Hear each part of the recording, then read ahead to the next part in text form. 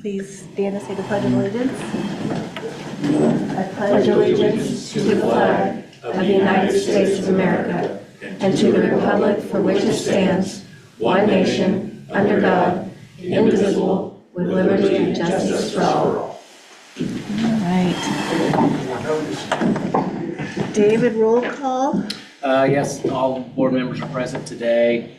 Next item on the consent agenda item, the minutes didn't get prepared in time for the meeting, and so we'll just add that to the next month's meeting. We'll do 2 sets of minutes next time.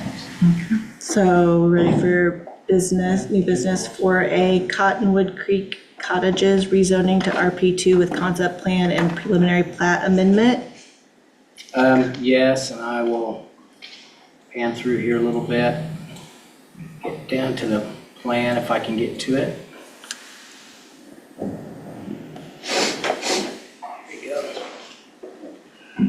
There we go. So Deer Valley, represented here tonight by Craig Porter and Ron Calgar with AGC Engineers, proposes to rezone 1.7 acres at the northwest corner of Nation Road and Cottonwood Creek Avenue from C, general commercial, to RP2, low density residential plan, two-family residential plan district with concept plan proposing 9 single-family residential dwelling units.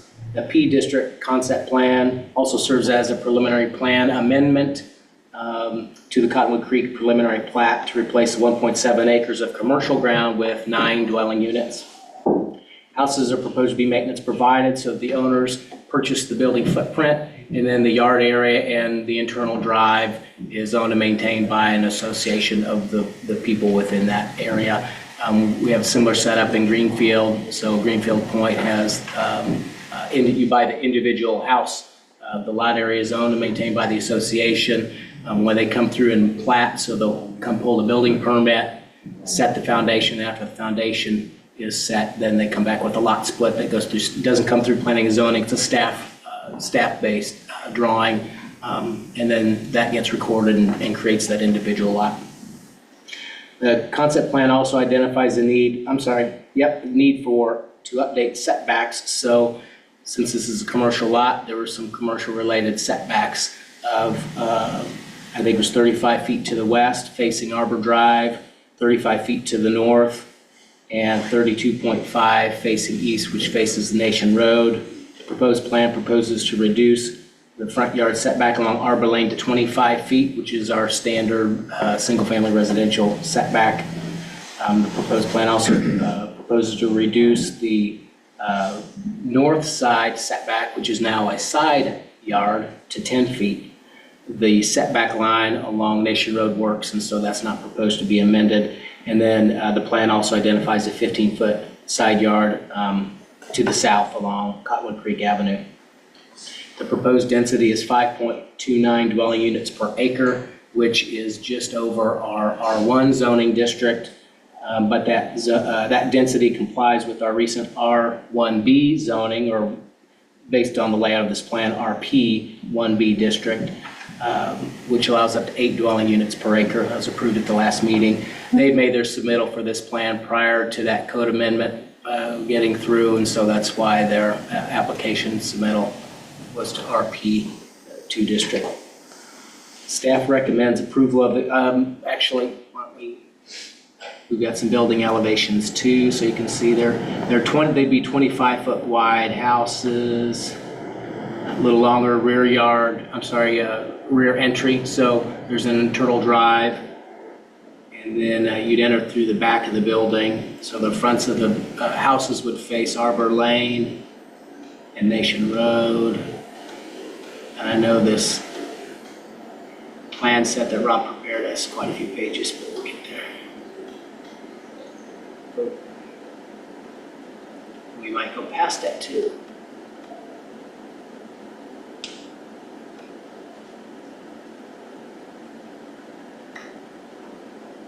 There we go.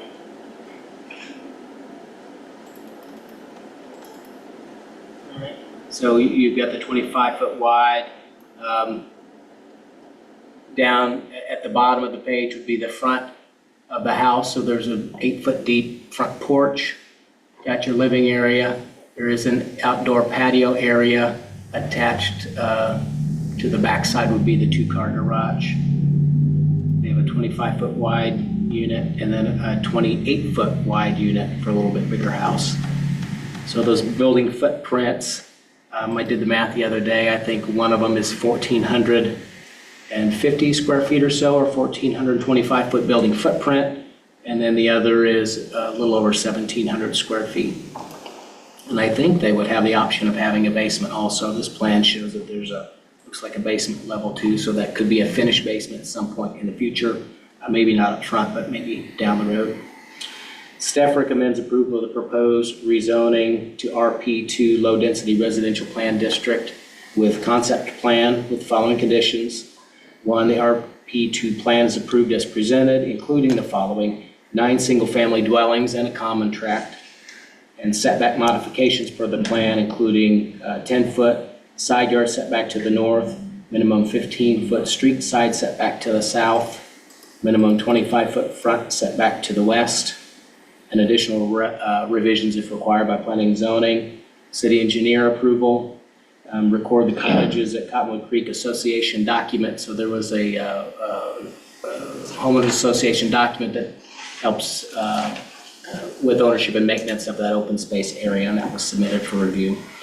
4, develop the project in compliance with all city codes, conditions, requirements, plans, and payment of fees and taxes. There's a sample motion that's in there in your packet. Staff also recommends approval of the Cottonwood Creek preliminary plat amendment to include the cottages at Cottonwood Creek with the following conditions. 1, additional revisions if required by planning and zoning. 2, submit public improvements plans for review by the city engineer. They do have a sewer extension, so they can serve all of the lots. They've prepared that plan and it's going through our review process. 3, engineering review fee payment prior to constructing public improvements.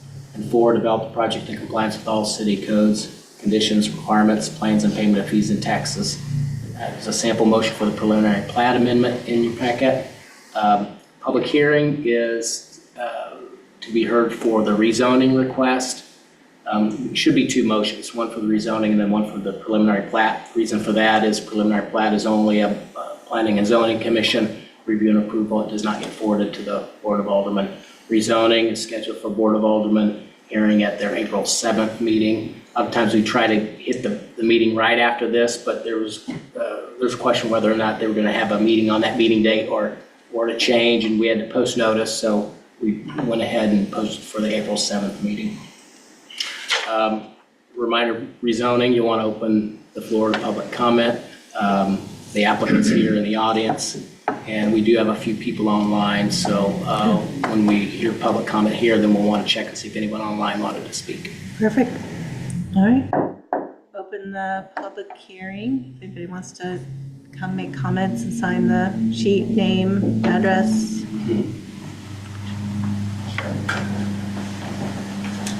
It's not intimidating or anything. I know. We're very scary.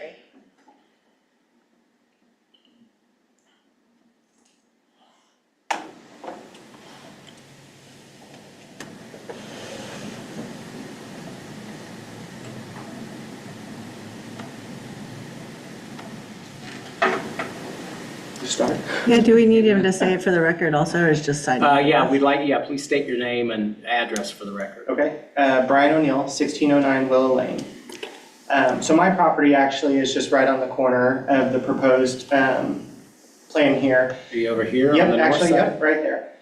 So we actually did an addition onto our house last year, 2 years ago. And one of the things that we had to do is we had to get approval from the city of Kearney. And we weren't allowed to go within so many feet of the edge of our property line. And so looking at this plan, I know you guys just talked about the setbacks and stuff being 10 foot from the property line.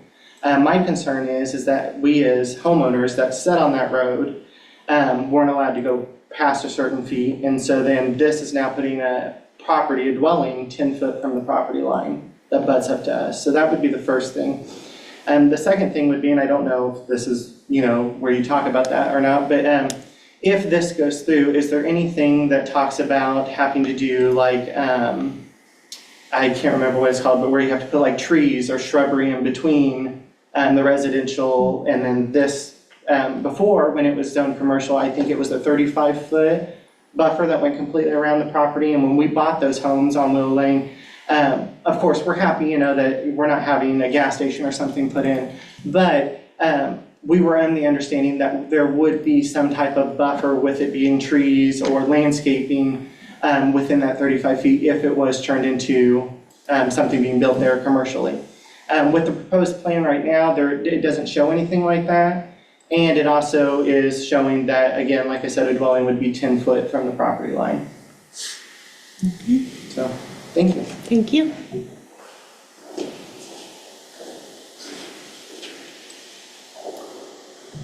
Anybody else in Anyone else in the audience? the audience? Yeah, we can ask. So there's a person named Adam online. Does Adam wish to speak?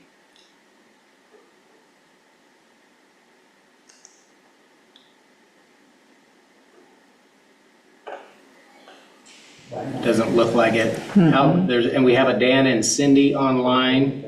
Do Dan and Cindy wish to address the planning and zoning? Hi, Dave. I just have a couple of questions. This is Cindy. And, We need your, sorry, ma'am, we need your name and address. I'm Full sorry. name and address. That's okay. Cindy Binkin, 1710 Cottonwood Creek Avenue. And I am one of the board members of the Cottonwood Creek HOA. The Cottonwood Creek HOA. Hey, go ahead. So, I guess one of my questions is in regards to our current water retention basin, sometimes known as the pond. As this is not going to be part of the current HOA, will any of the runoff from this location end up in our water retention basin?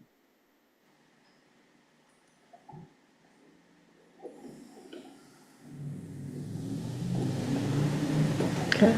I'm going to have, probably ask the applicant to address the board and try and address comments. Yeah, it'd be a good question for you guys. Thank you. Do you have any other questions? Does it look like it? Okay. Not right at this moment.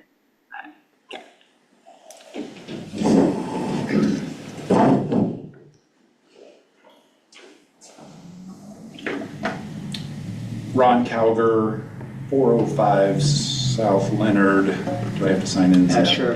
Yeah, if you don't mind. So Ron Cowger, 405 South Leonard, with AGC Engineers here on behalf of Craig Porter tonight.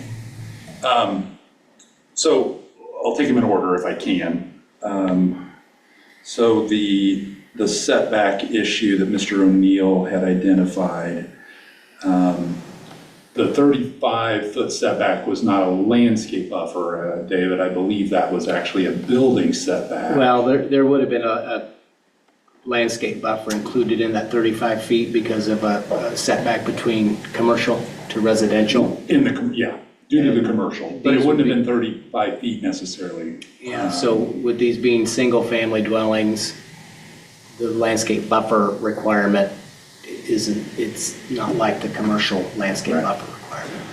And where I understand Mr. O'Neill's property to be there on the corner, the building itself, the house, will be quite a ways back. And that was actually something that Mr. Porter and I had several conversations about, and he was very cognizant about the fact that this property was zoned straight C zoning, which is a higher classification of your commercial zoning that allows more things in it. And even though there are 9 homes, with the long side of the house to the residence to the north, we felt like that was somewhat of maybe an improvement to being the potential of a commercial strip center or commercial buildings and parking lot. So the building, it's building number 9 over there in the northwest corner that would be closest to Mr. O'Neill's property. as I understand it. That property sets back probably, well, it's beyond the 35-foot commercial setback now. Now, building number 5, home number 5 would be a little bit closer. The minimum setback is 10 foot. I think that building in reality is probably going to be closer to 12 or 13 feet. But anyway, 10 is the minimum. So, and we purposefully set the houses 6 through 9 back from Arbor to match the side setback to the north. So there isn't some kind of weird appearance as you drive south on Arbor and you see our 5 or our 4 proposed houses jutting forward out in front of the existing house. Are there any further questions of the commission on that issue? Or the HOA board comment about the detention. The pond, as you called it, which that's a great reference. We'll refer to it as the pond. The pond was intended to over-detain, so we caught more water from the rest of the development upstream to allow the commercial to go undetained. We actually proved to the city through this application process that our runoff coefficients were actually less than what it would have been, not much less, but less than what it would have been if it were commercial. So your pond should be still fine. Ron, are you talking about the pond to the west? The wet pond, do we have an aerial, Dave? Yeah, it's like the first page after your notes, Dave. That's what I understood, Commissioner, that she was talking about is the pond that's kind of outlined in white there. Yeah. Okay. This is the property. Yeah. Yeah, because there's a small one to the south. I just didn't know which one she was referencing.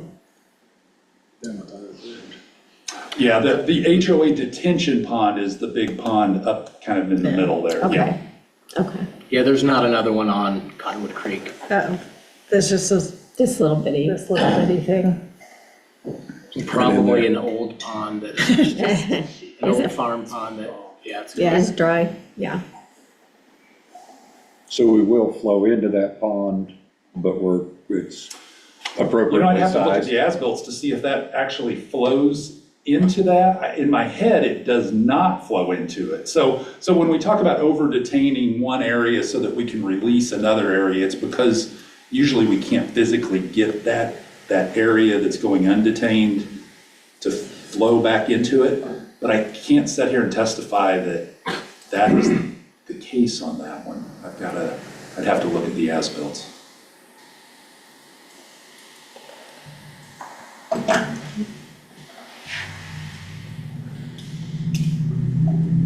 All right, I'll be available and Mr. Porter's with me if you have any other time. all right. So close the public hearing unless there's Could I ask anybody one else. more question, please? Absolutely. I'm sorry. So in regards to the, I don't know if it's going to be called a street or an alley or what that will be, that's between the 2 rows of houses that starts on Cottonwood Creek Avenue, goes around and ends over at Arbor, behind Mr. O'Neill's house. So I saw in the packet that there were floor plans that had some houses with basements and floor plans that had some houses with slabs. Do we know how many will be basements and how many will be slabs? And the reason I asked that is because in looking at the floor plan on the slab homes, there was basically no storage. And so my concern is that people will use their garage for storage and then will have to park their cars on their driveway or in the street. And so that's a question. And I don't know if with it being a one-way, if there would be street parking on that alley/street. Yeah, good questions. So the units on the west side, you'll notice that those are 28 foot. They're 28 foot because we needed that extra width to get a staircase down to the basement. So we're thinking that those are the basement side lots, and the 25-foot widths are just set on a slab, or a crawl space, or a stem wall. Mr. Porter's very cognizant about getting drainage in and around those houses. They're long, thin homes, and so we have to convey water from the Nation Road side, the east side, to the west side. So we may have to set those up a little bit, but we don't see those having a full basement at this point on the east side of the alleyway. The alley is private. It is one way, as the caller identified. We purposefully built the setbacks of the driveways enough that you can comfortably get a automobile off of the alleyway. The alley is wide enough if you wanted to park on it, but I would guess that that's going to be discouraged, if not even prohibited, so. But storage, I don't know that square footage has anything to do with lack of storage. I know I don't have storage in my house, and unfortunately we just all have too much stuff.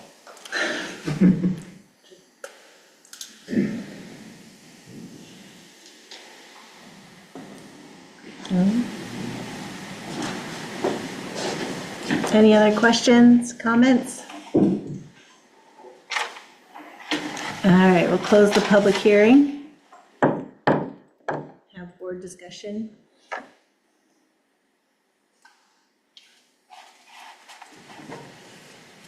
How wide is the alley? It's on the 24.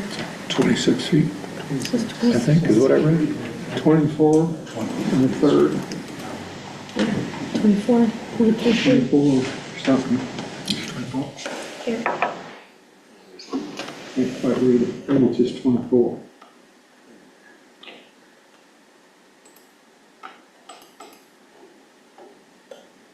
A smidge over 24 from back of curb to back of curb.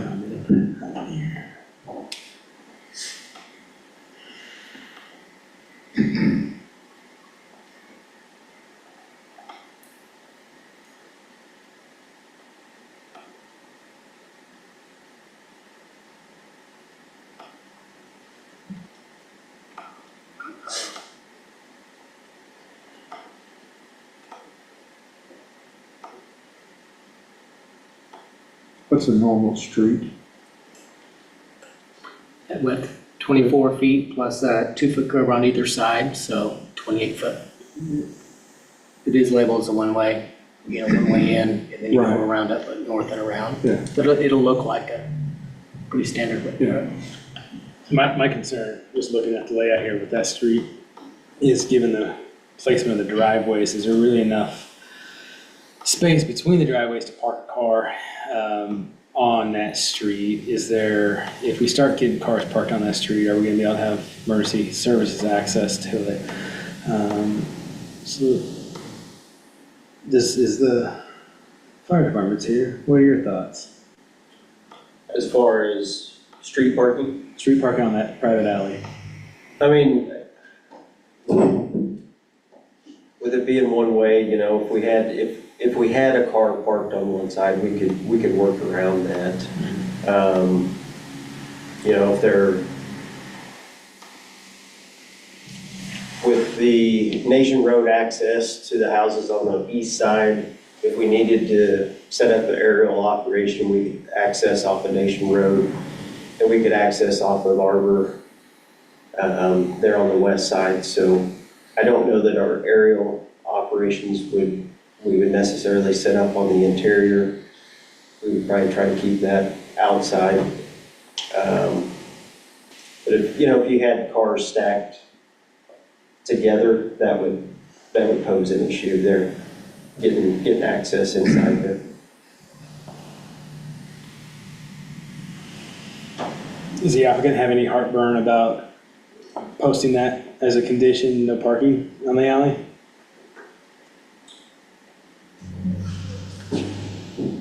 Greg, do you have any thoughts on that? I was thinking, That's the intent, but, you know, it wasn't supposed to be any parking on Merrimack Drive either.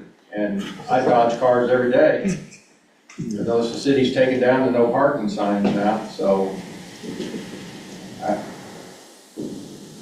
You can put any sign up you want, making people obey it's a whole different thing. So I'd be happy to put no parking signs up.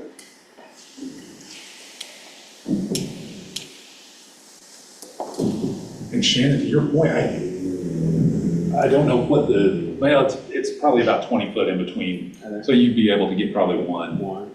Yeah.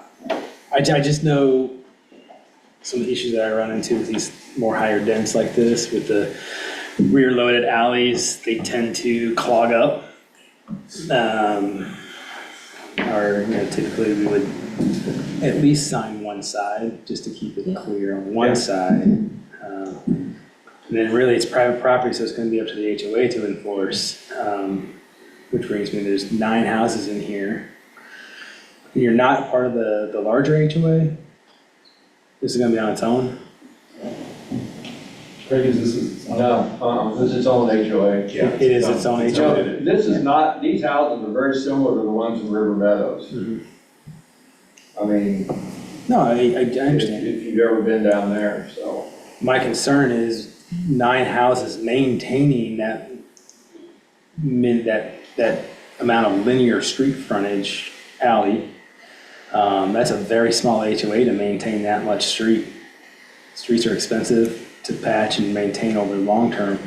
I foresee potentially maintenance issues coming up, not 5 years from now, maybe not 10 years from now, but at some point, that street will have to be milled and overlaid, maintained. How are 9 homes gonna afford that? These are smaller homes, so much more affordable homes.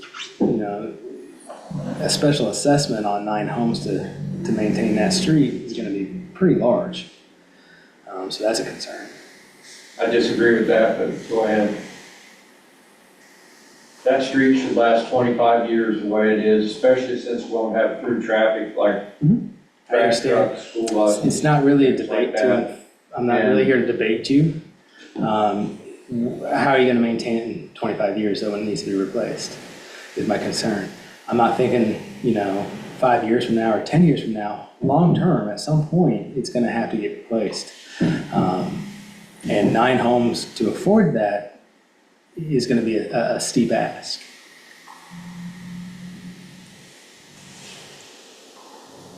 So, I mean, this is something you gotta think about. Well, I won't be here in 25 years when they So get it's- ready to resurface it. so So I it's- just don't think it's gonna be an issue. So it's something I that's did a problem. something similar to this in Nashville, and, that's been there, 4 or 5 years now.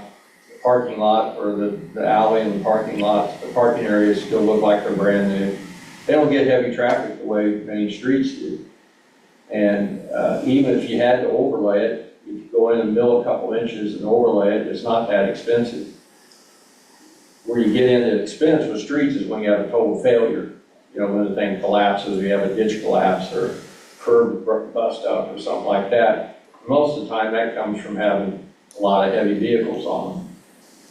So I don't see this being an issue. The ones in Nashville are like almost $300 a month maintenance fee, and people don't blink an eye for that, because they get their yard maintained, they get their landscaping maintained, so. I don't know, I mean. I understand, Nashville's I don't think it's an issue. My experience, almost 50 years. Nashville is a completely different market than Kearney, Missouri. What? So that's a completely different market, right? We have a much different weather climate from Nashville. There will be maintenance needs at some point on this road. I understand not 5 years from now, maybe not 10 years from now. But at some point, someone's gonna have to go in there and maintain this road. That is a concern. So I think if the HOAs run properly, it shouldn't be a problem. You should put enough money away for something like that. And I just, like I said, I've been doing this for a long time, I don't see it being a problem. When he brought up, I agree that climate's a little different here than Nashville, but we build our roads different than they do in Nashville. When I did this in Nashville, I only had to have 6 inches of asphalt, that'll be 8 inches of asphalt. Down there, they didn't care that much about the composite or the compaction under the road. Here, we'll compact that to where it's 95, 96% compaction before we ever put anything down. We'll probably actually put Portland cement, what do they call that, Ron? Yeah, Portland cement. Yeah, in the top. Chemically stable. Yeah, for stabilization, the way we do on all of our roads and our subdivisions. David, on private streets or alleys, are they built to the same standards as public, or they have less standards? I believe so. Okay.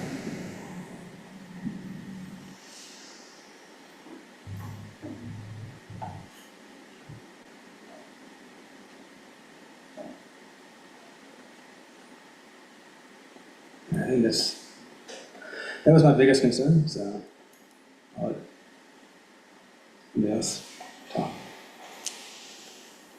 Just for my own information, what market are you looking at? Are you looking at are these starter homes or are these like downsizing? No, it's a very similar market to the villas in Merrimack. Okay, I sat there and watched them come up for resale, and in 3 days they're gone. okay, So that tells me there's a market for maintenance provided ranch, no stairs ranch product in Yep. Kearney, even though we've got 50 of those in Merrimack.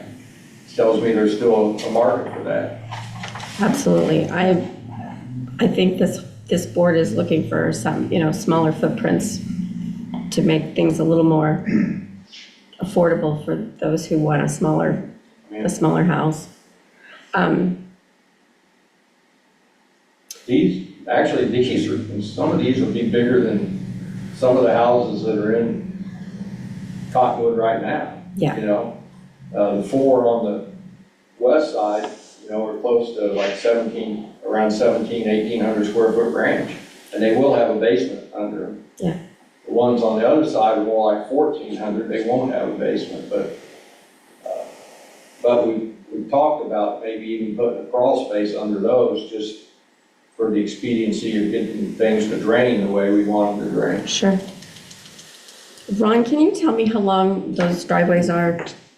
And they're 2-car garages, so there should be parking space for 2 cars in the driveway? Correct. 2-car garage, in-car garage, and then the drive approach, of course, is the same width. And they're either 20, I want to say 28, Kathy, but They're 28, so they're wider than the street, so, yeah, does that feel right? yeah. And then sidewalks? So there was not going to be sidewalks in Okay. here, and obviously around the perimeter, yes, the east and the south and the west, Okay, but not on the inside? not on the inside, correct. And HOA would be responsible for snow removal on the private street? Okay, those are all my questions. All right, thank you. I only had one question really, and that was not necessarily a shrubbery screen, but what is sort of the plan for, since the HOA is going to be maintaining the vegetation? Is it going to just be grass? Will there be trees, bushes? Do we I know? sent some pictures today. Did you not ever post those pictures I sent you? Of the houses? Yeah, the color ones? No, I didn't provide them because they didn't match the elevations that you sent. Well, the elevations were drawn by the architect. That's not the elevations. We'll do stuff more like the color pictures I sent you. But yeah, they show the landscaping and everything. There'd be landscaping in front, be landscaping down both sides, more than likely, because we don't want to run mowers up against the side of the building. So the plan was to put landscaping down each side and probably none along the driveway, but across the front. And then most of these, not all of them, but most of them will have a pretty good sized front porch. And the ones that don't have that will at least have a front stoop. This is, like if you go down to the old part of Kansas City, this is what they built 100 years ago down there. But like I said, it's kind of caught on in other parts of the country. You see a lot of this where the land is extremely expensive. And you can't just do 70-foot lots unless you want to pay about $125,000 a piece for them. So this is, like I said, is what we did in Nashville. Only the ones in Nashville weren't ranch. They were 2- and 3-story walk-ups. They were even crammed together way more than this. Well, I'm happy to see higher density housing. I'd like to see some more first-time homeowner level pricing. It's hard to do, it's hard to do now. That is my dream, to have first-time homeowner houses in Kearney for the single mom who needs it, or the kids fresh out of, college or with their first jobs.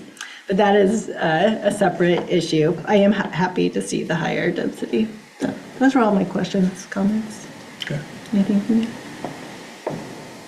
All right. Well, I would entertain a motion for the rezoning request first from commercial to RP2.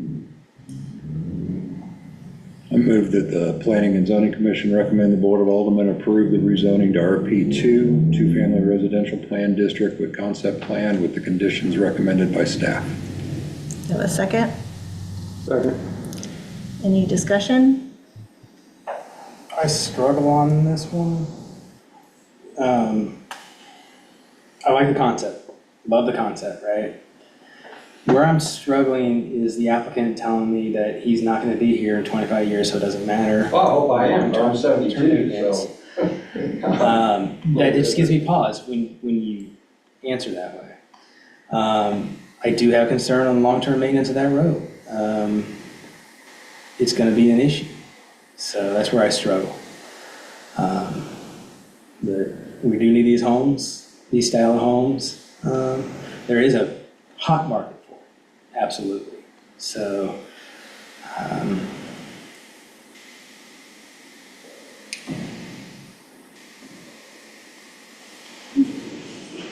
All right.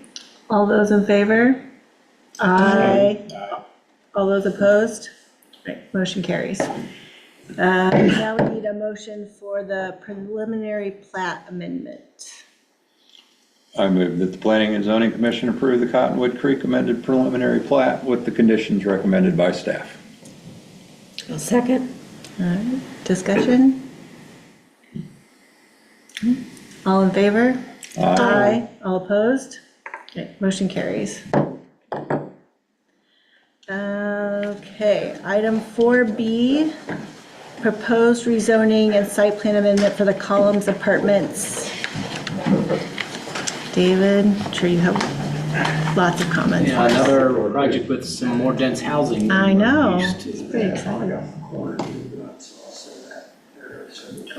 And a layout for this as well.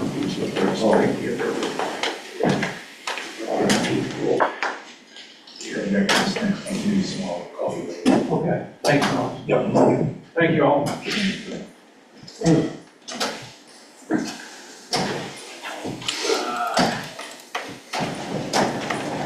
There's a little better. Okay, so item 4B is a request by Zach Lowenstein representing Tater Woody LLC. Zach is in the audience today in the blue shirt. Proposes to rezone 2.2 acres at the northeast corner of Jefferson Street and Lawrence Street from R3 medium density residential district to RP4, high density residential planned district with concept plan and an amended site plan for the Columns Apartments, proposing a 24-unit apartment building. There's a 1997 plan that was approved that had two 20-unit apartment buildings. Only one of those buildings was built. There's been kind of a little building site there for, about the last 20 years, if my math is right, 25 years, something like that. You've probably seen it as you've driven by, going past Dollar General out to the parks, and pretty visible location. So the rezoning from R3 to RP4 is requested for two different reasons. One, the density allowed by the R4 district, the base district, is consistent with the 1997 plan. So back in 97, when it was approved, R3 essentially covered any density over our duplex district. In 2008, we created a new zoning district called R4, and so R3 was a little less dense, and the more dense was the R4. So this rezoning would bring that property into compliance with our existing R4 zoning. And then two, the planned overlay as part of that rezoning request is requested to reduce the building setback along Jefferson Street from 25 feet to 22 feet based on the existing right-of-way of Jefferson Street. So the building in the old plan was 50 feet, I'm going to say 50 feet deep or 50 feet wide. The plan that they have is a shorter plan, but it's a wider plan at 64 feet. And so that pushes the front of their building a little closer to Jefferson Street.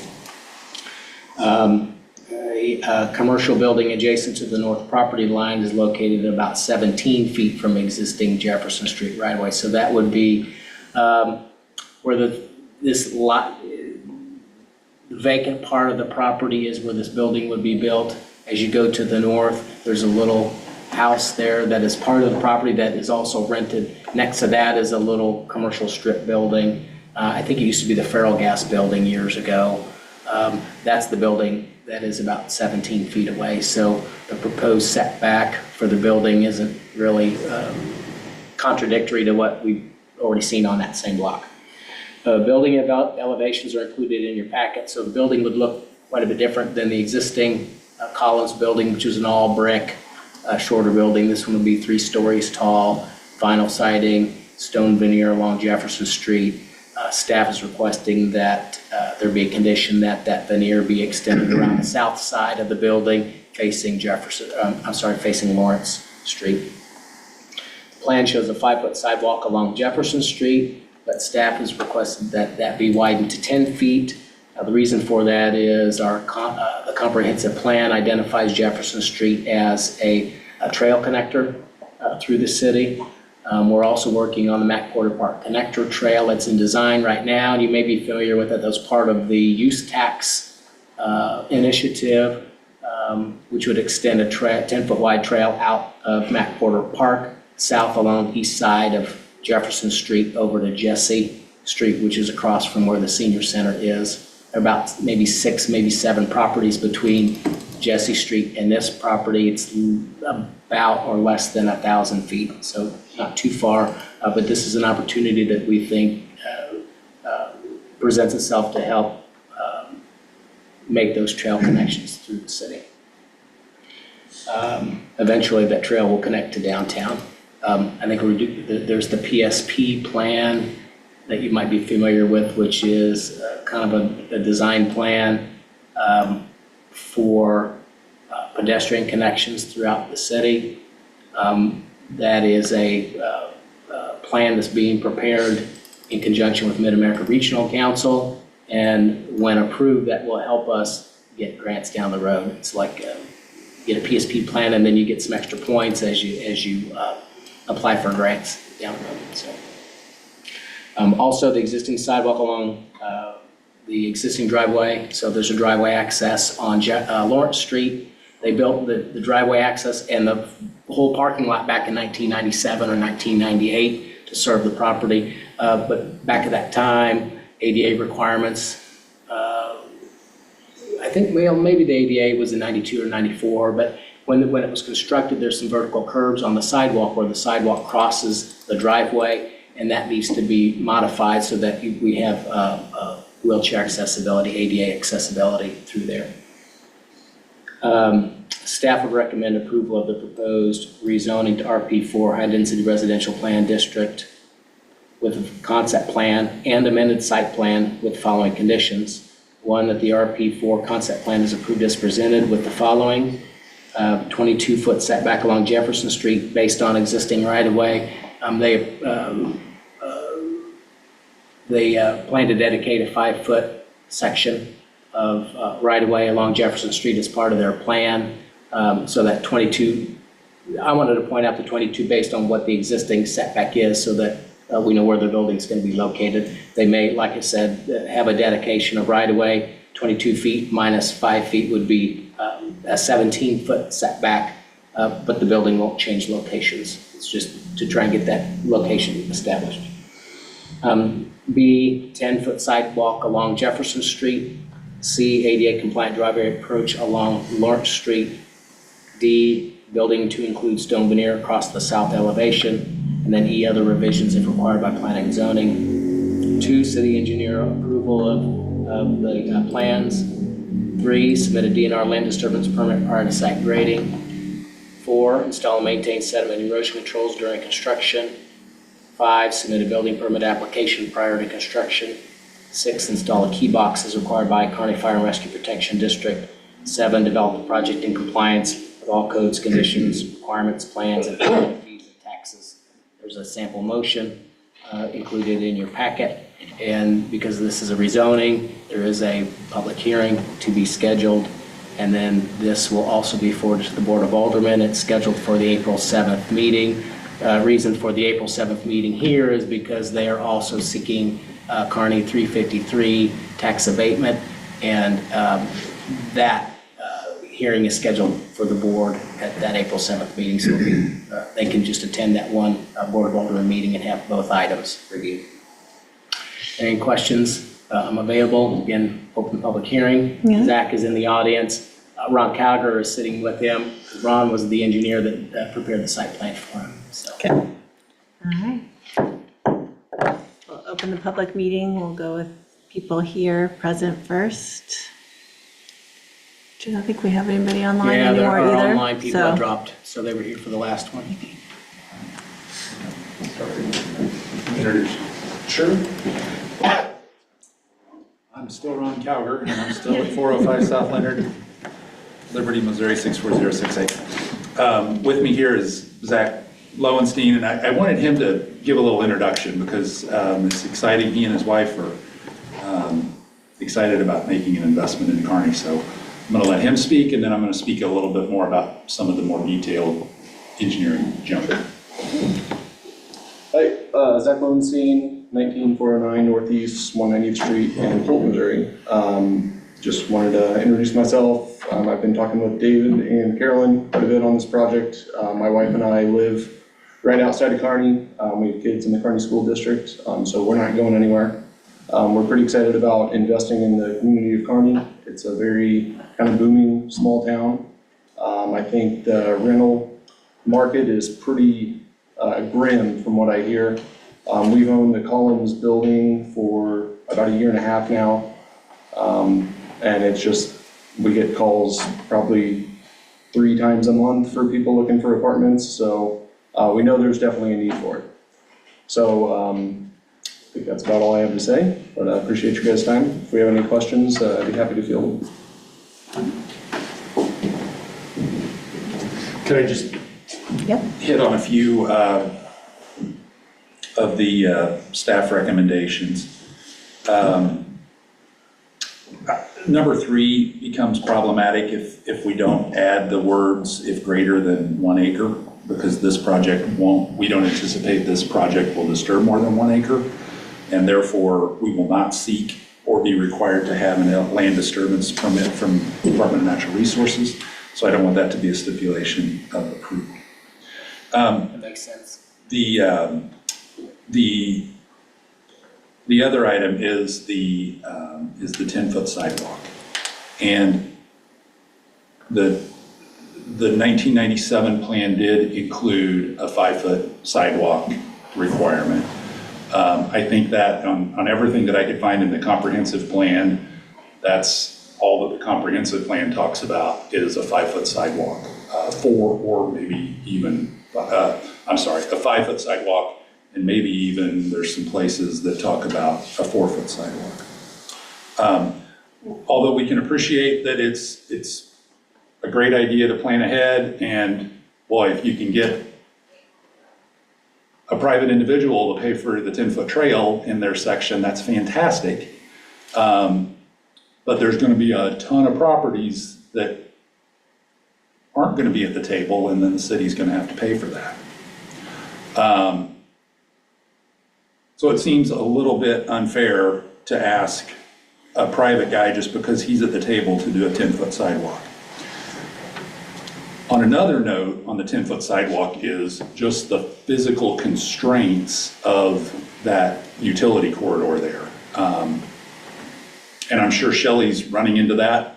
She's trying to build her trail coming from Mac Porter, is all of the conflicts that you get yourself into with, it sounds pretty simple to say 10 foot versus 5 foot, but then you have to find a home for it. And there's a 2D home for it, meaning that you can look at an aerial map and go, oh yeah, it'll fit there. But then you have to look at the 3-dimensional side of it and how you get it graded in. Jefferson is an open road ditch road. So it has a road ditch. It has a large box culvert. Is there any way you can do it? Google Earth? No, you can just do it there, although it will be. So just point to the box culvert. It's just a little bit up the road. Keep coming right there. So there's a large box culvert that comes underneath. It's not huge. I don't mean to imply that, but I think it's like a 3x3 or a 4x4 box culvert that comes underneath the Jefferson. So there's drainage ditches that come each way to that. And as we start getting this thing wider and wider and wider, we have to put that width somewhere. And not only do we have to get the width, but then we have to get the back slope of the grading associated with that trail. I went through and identified a few things, and can you do a quick thumb drive? Or does that? It might mess me up a little bit because I don't have if it will. Without unplugging something. So I just went through and identified all the things that we have to deal with. There's a stop sign, obviously, a fiber optic marker, a sectionalizer, which is a electrical device, overhead power line, sanitary sewer line, existing power pole, two water mains running up Jefferson, another existing power pole, 2 existing guy wires, the storm pipe that I mentioned, a water meter, another electrical sectionalizer, a sanitary sewer manhole, sanitary sewer line, and a telephone pedestal. That's all in that little short stretch of roadway. So we would like to just do our 5-foot sidewalk, which we feel like we're required to do. We don't feel like we're required to do a 10-foot. So that's where we're at on the sidewalk issue. As David mentioned, I just wanted to point out that the city asked for a 5-foot right-of-way dedication. I don't know that that was a requirement of anything that was a hard and fast city code issue, but the Lowensteins acquiesced on that and dedicated, is proposing to dedicate the 5-foot of right-of-way. Happy to answer any questions if you have them.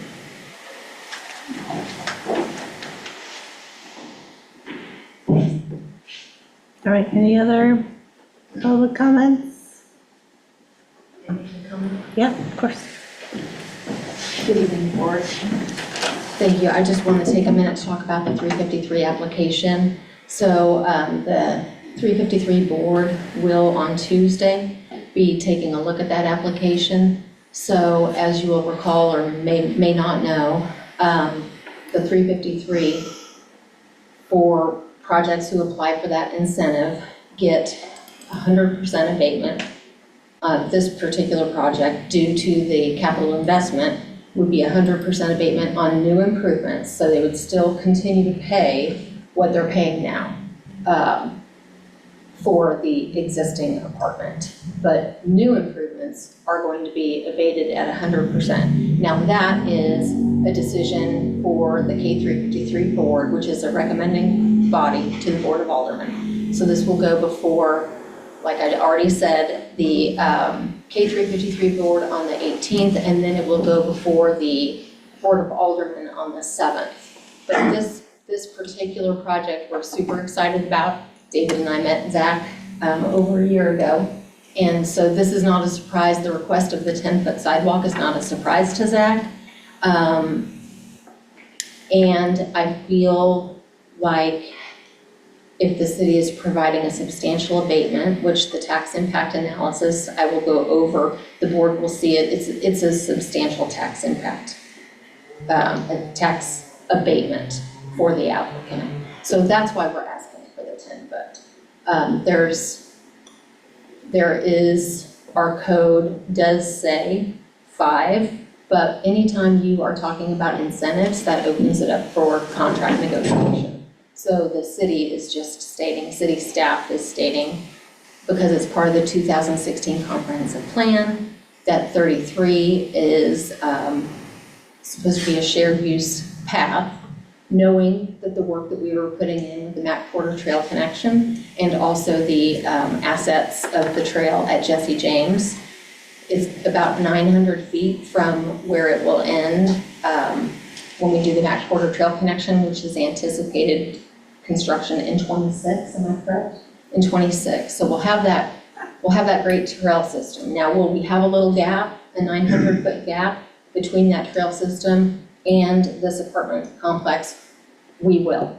But as David mentioned before, there's other grants to apply for that we'll be applying for infill. I believe we connected Kearney grant might be able to put some funds towards that. But I just wanted to let you all know that we're not just asking for a 10-foot sidewalk for no reason. There's substantial tax abatement that is potentially going to be afforded to the applicant, and city staff is thrilled about the apartments. I mean, don't get me wrong, we absolutely are thrilled, but I just wanted you to have that piece of information before you made your decision.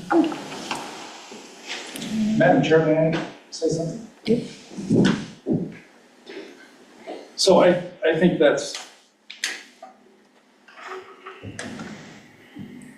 the 353 was adopted by the city to spawn redevelopment in the downtown core. I don't know if the underlying premise was to get additional infrastructure improvements as a part of that. That seems very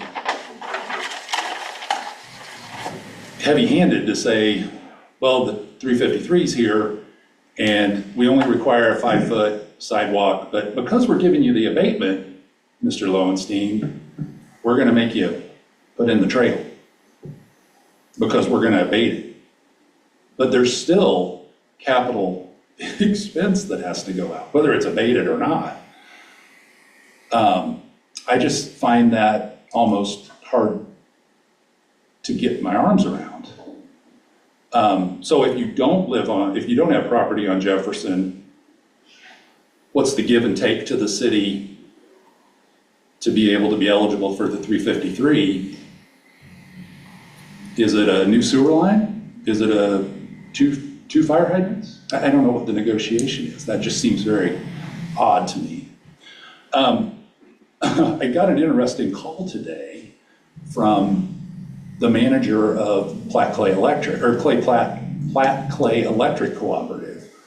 And the conversation went such as this: Calgar, what are you doing to me?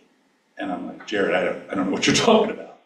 And he said, the project over on Jefferson, you have a sidewalk located there right over the top of my power lines.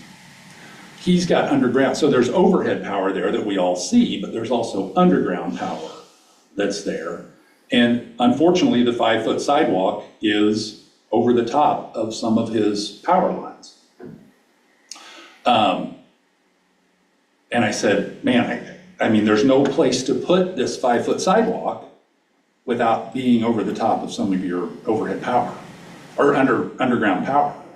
And he said, well, see what you can do. And I said, well, interestingly, we're being asked to take the 5-foot sidewalk, which we can't find a home for, and put in a 10-foot sidewalk. So we need to know more about the details. Carolyn is right. We heard about the 10-foot sidewalk early on in the project, but we couldn't believe that that would be a requirement that would be in front of this board, since there was no city code. We talk a lot about city code, since there was no code for that.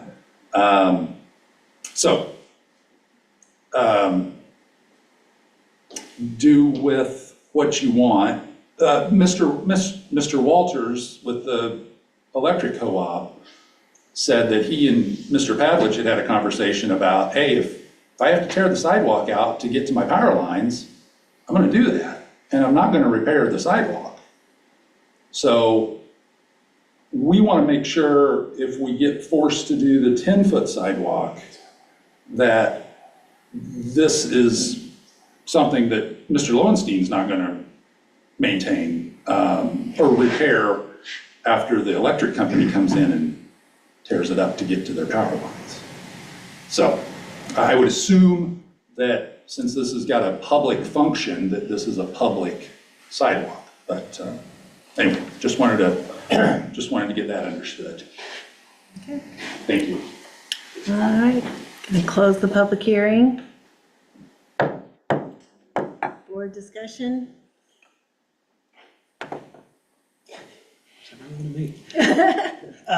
David, do we have, we'll just kind of start, sidewalks. Do we have sidewalks with utilities under them now? Yeah, I'm sure there are sidewalks in town that do And the it. utility company comes in and tears it up, are they required to replace it? It's in the right of way? I believe so, yeah. That is this sidewalk going to be in? Yeah, we do have, and we do get right-of-way permits for people that do, utility work in the right-of-way. Right, so. On the tax abatement, how much are we projecting abating, like dollar-wise per year? Although it hasn't gone before the K353 board or the board of aldermen yet, the first run through, it is anticipated that it could be about $850,000 of abated taxes over the course of 15 years. 15 years. So the applicants, essentially, we're giving them 815,000 They over the would next not 15. pay They're not paying. taxes. We're waiving. Yes, correct. Waiving that for them, and we're just asking for a sidewalk in return. So I kind of look at that as incremental, right? It's a give and take negotiation. You're asking for the city to waive a substantial amount of money in foregone taxes, and in return, while yes, the UDO or the code may say 5 feet on a sidewalk, the comp plan is another guide that we utilize to guide us as well. And that does call for that shared use path. So you're also asking for a setback waiver as well, correct?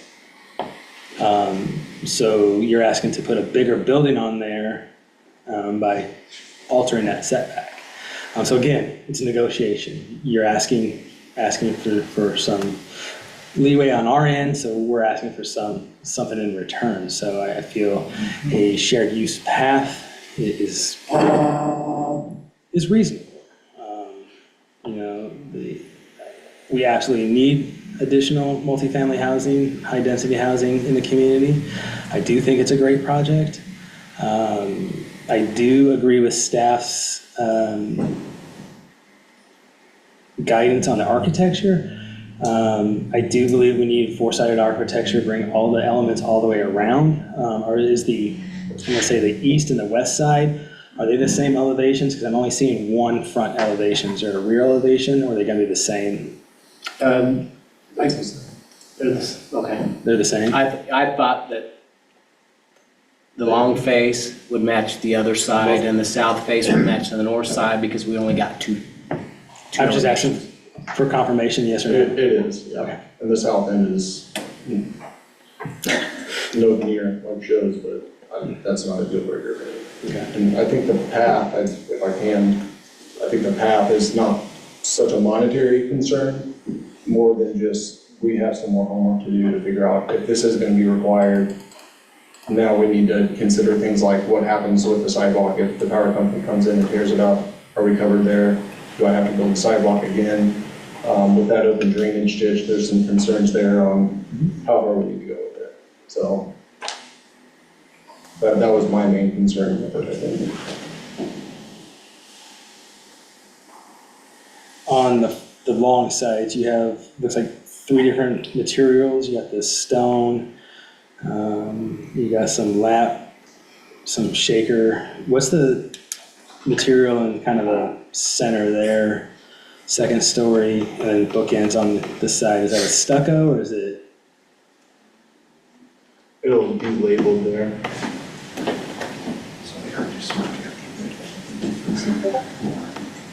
Which part? Kind of that center. The center. In here? Yeah, Yeah, I don't know if I zoom in, it might get a little too blurry. It does. mine was getting blurry, that's why I was. Let's see. Which one are you looking at? We're looking. 7 says the vinyl Shake horizontal. siding and vinyl horizontal siding. Yeah, so that's number 7. And Number 6 is, There's there's no label on that center. No, there's not. So what's that material? I'd have to go find out. I don't know the answer to that. Okay, and I guess my question is, on the sides there, we're looking at just a single material. I know staff has said, let's bring the stone around, but is there a reason where we couldn't bring a third material in there to help break up those planes? Get some architectural variation in there, horizontal, vertical breaks. Not saying offsets, just kind of textural break. Because we are pretty visible on the south side, right? Are you talking about the elevation we're looking at here or the south facing Lawrence? The The south side facing Lawrence? yeah. So I think it'd be pretty simple to get a different material right in that center. Are you thinking maybe this material Potentially, here in the middle, yeah. With the stone across the bottom there, and then the siding on the sides? yeah. Something similar to that, that we were bringing the same materials all around there, where we're not presenting a backside or a lesser side to any one street.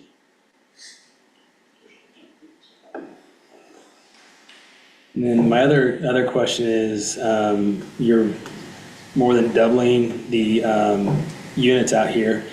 Are we increasing the trash receptacle? Yeah, there's gonna be, I think we're gonna put in a new area for dumpsters. Where? It will be, well, that's where the dumpster spot already is, I believe. Did you mention that? It is not. Okay. It'll be at the north end of the existing parking lot. We're gonna put an enclosure in. So right now it's marked that it's in the parking lot. Are you going in the parking lot again, or are you gonna go in the grass? The plan was to do a parking lot. Yeah, there's underground power right behind that curve. You know exactly where I'm going there. Yeah, and that's the transformer that'll actually serve the new building, so there'll be even more underground. Yeah. So they'll have to be pretty shallow in depth.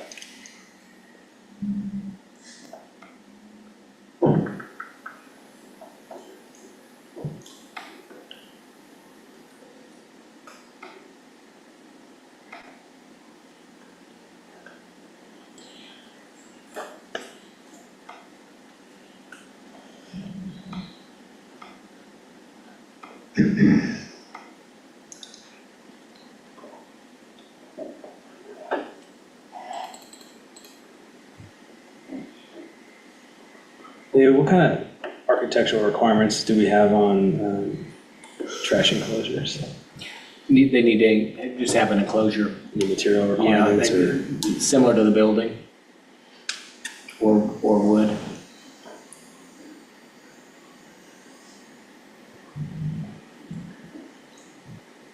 So, concerned with the current location, if we're just gonna go back with a larger dumpster at that current location, that is a hammerhead for vehicles to turn around when they back out of their parking space, and now we can't do that. A bigger footprint's gonna block a couple of parking spaces there, so not sure how that's gonna work out in that location. Does that mean potentially lose a parking space so we can have dumpsters rolling in and out of a parking space? I don't know what that looks like. If that's a consideration.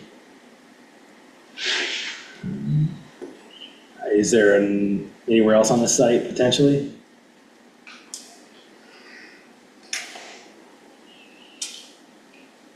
Not that I know of. Are we open parked? A little bit. A little I bit. was gonna say, it looks like there's a plethora of parking. I mean, it almost looks like in this 97 site plan, there was a little spot down here. I mean, it's not what that is, but That's the hammer with the turn. yeah. I really wouldn't want it there because that's against the hard corner. Yeah.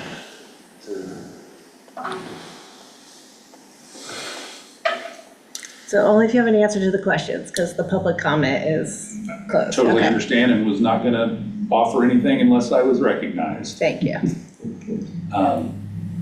To the dumpster component, there's several blacked out stalls there for the accessible routes that, what is that, 1, 2, 3, 4, 5, 6 stalls. So if you got down there and there wasn't a spot, you wouldn't have to back up far before you could duck into one of those turnarounds if there wasn't somebody occupying that stall.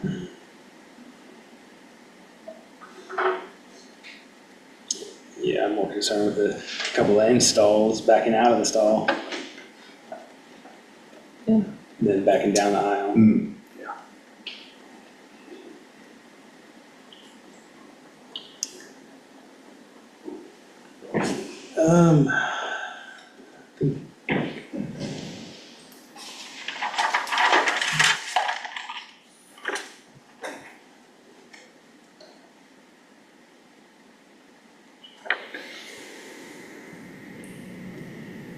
That's all I have for now. David, would it be hard to pull up on there, the sort of what the Mac Porter Trail looks like what the trail vision looks like? Not in here, but the map's handy. Yeah. Just think it'd be helpful to see how that 10-foot Yeah, and if wide side looks. Sorry, guys, this is. Can we get a bigger map? The proposed new trail Because, yeah. coming down along 33 and then crossing right there at the senior center. So is it gonna cross to the Yeah, it'll be on the other east, side. or I mean, the west side of 33? At that point? It's gonna stay on the east side. Oh, so that's just a There's a- cross. That's There's just a pedestrian crossing. Just Just a a crossing to crossing. the senior center for safety. Got it. Yeah, I was Yeah. gonna defer to Lauren, he's our city engineer. Lauren, I'm just gonna let you take over here. Just our shared use path comes down to this level right here, and then we have a crossing across here. So you will have this gap when you get done, but the goal is that we continue this shared use path all the way into downtown as part of the master plan. So we're looking at like incremental steps, baby steps, right? Correct. How do you eat an elephant bite at a time? As funding allows, but I mean, your current stream of thought right now is that you have multimodal transportation, that a 5-foot sidewalk doesn't allow someone to be on a electric bike passing someone with a baby carriage. You want this to be as wide as possible to improve public safety, but also to encourage multimodal, other modes of transportation. Let people connect out there to the park from our downtown, and at the same time revitalize our downtown as well. Yeah. How, the trails over by the high school, I don't know what that trail's called, but how wide are those? The ones that are going Like along by 18th Fishing Street, River and that, yeah, all those. 10 foot's the shared use path standard. That if you're following ASHTO, that's the standard.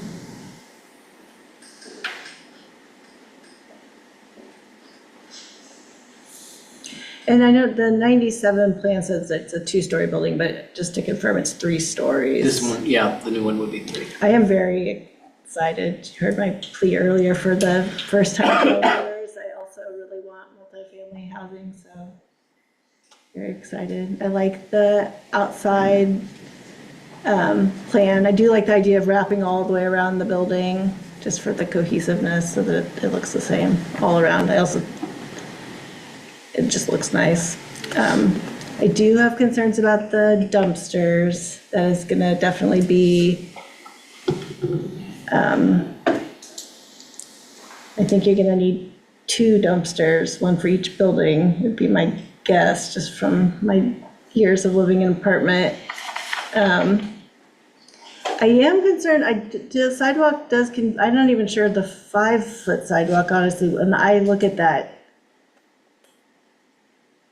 the thing that throws me, besides the underground lines, is the drainage pipe that runs under Jefferson City. Also known as one of my favorite places to play as a kid. We had one in my neighborhood, I loved it. The kids, please don't do that. I don't know is that gonna, from an engineering standpoint for the city, like avoiding that drainage pipe that runs under Jefferson City, like even having the trail up against that, is that okay? Like, because of kids like me who didn't have easy access to a pipe that runs straight under the street while they're going down the trail. Does that make sense? Sort of what I mean, if you're gonna put a pathway next to a hazard, then you've gotta protect the hazard. Okay. Those are things you'll get into with detailed design. It is a big enough pipe that someone could, Crawl in it. I don't think it's that big. Okay. It's hard to, you can't tell from the picture.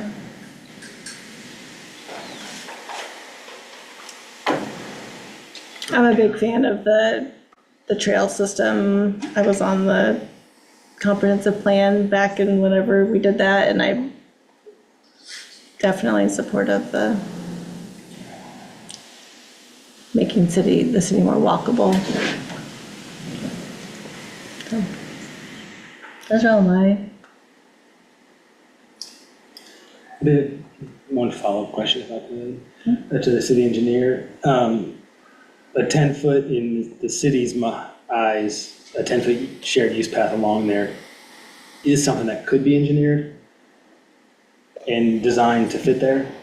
It can be. Yeah. It requires more study. But if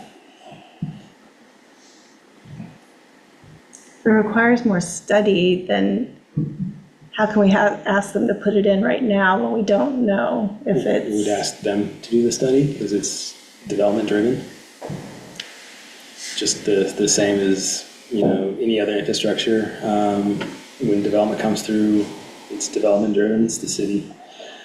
The city will accept it eventually, once it's inspected and built to standard. But like any other infrastructure, it's all development driven.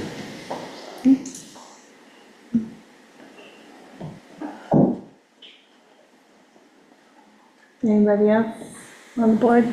I probably have a question that's more for my own information than really the plan itself. We have ADA parking spaces. Are these apartments ADA compliant? Could somebody in a wheelchair live in one of these apartments? How do they get to the 3rd floor? May I? So the, only the units on the base level. Yeah, there is no elevator. Okay, It's breezeway walk-up type Okay. situation, so the ADA units would be on the first. okay. 24 in here, so there's probably 1 or 2 required, maybe the I'll leave most. that for the architect. Yeah, I professional. would say 1 at the Yeah. minimum and 2 at Okay. the most. It's gonna be on your first floor. The There are elevators don't- there are access ways to both of the breezeways that are ADA accessible. So we can get them to whichever unit needs to be on the first floor. Okay, great. That's what I needed to know. Elevators don't come until the 4th floor. Okay, that's what I thought, but That's why then you see 3 floors. can't say that I blame them. And that's the only question I really had. I don't really have any. The public hearing part's closed, so we can make it really quick. Yeah, this has to do with procedurally moving forward because I'm sensing that you all are going to approve this. So as a point of clarification, there is an existing power easement over, they have a power easement. We're not in right of way, like you had suggested what happens in a normal sidewalk. We're on private property with a Platte Clay Electric Co-op existing easement, so they have primacy over that. So whatever you guys build in the future, or whatever we build and grant to you in the future, they will still have the number one they still own the rights to that land. So if they have to tear it out, they will tear it out and they will not replace it. Procedurally, if you guys approve this tonight, and nobody in this room knows what a 10-foot sidewalk trail requires of that piece of property, and we can't do it, or it becomes so onerous that we don't want to do it, where does that leave us? Are we better to hit the pause button? That's my question. Would you rather continue it and you guys go take a look at it and get a little more information of why you can't do it or how you can do it? I mean, Lauren's right. We're engineers. We're trained to solve problems. It's just how much money do we want to throw at that problem? That's what I'm saying. Like, if you go back and, I mean, I don't think you have the level of information that I'm seeking at this point. If I do put that condition on there and you get to final design, like this is, I mean, yeah, we can do it for $1 million. Yeah. Because you can build anything, just how much money you want to spend, right? We all know that. Yeah. So, and I don't want that to happen. So, I'll leave it up to you. Do you want to go back and take a look at it a little bit more in depth and then come back to us? Or do you want to roll the dice and say, put the condition on me? Yeah, and so as to the final engineering, I mean, short of, we had resubmitted to Larkin, well, to the city, but to Larkin, the city's review engineer, but we haven't received those comments back. And in fairness to them, we just recently submitted those. But we believe we have final design for the 5-foot trail, and we feel comfortable that we can accomplish that. We were a little surprised by the comment from Platte Clay Electric today. Whenever we got that, he was telling us that there was a line underneath of there that did not show up on our survey. That's what I was getting ready to ask. I don't see it on the document. So the easement's there, the line is not there. Yeah, and I saw the easement, but a lot of times, an easement will get granted and no infrastructure ever gets built, so.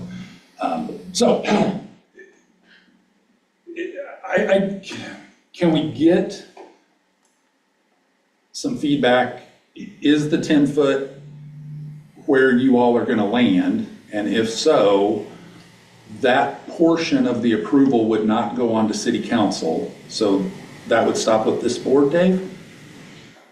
Or would that go on to? Maybe part of the site plan. Just the rezone would go forward? Yeah, just the rezone. Yeah. Right, the sidewalk is part of the site plan. I did add the 10-foot as part of the rezone with concept plan, because the concept plan is essentially a site plan.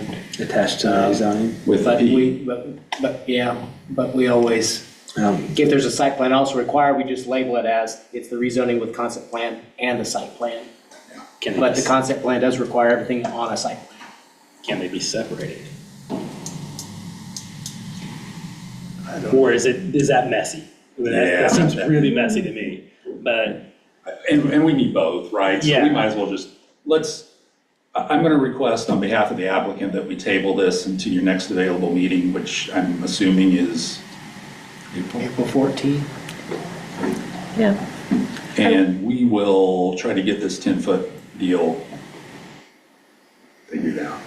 I will say, I think that's actually a great idea. I personally was very comfortable with your adding if over an acre So if that's, we want to, Yeah. when we Yeah, I come can back, update- I can update update the that. plan, so it's already in there, we don't have to try to Yeah, I would say speak if out the required by motion. MDNR as opposed to. Yeah, Yeah, yeah, that'd just be a good common boilerplate moving forward. Yeah. But, yeah.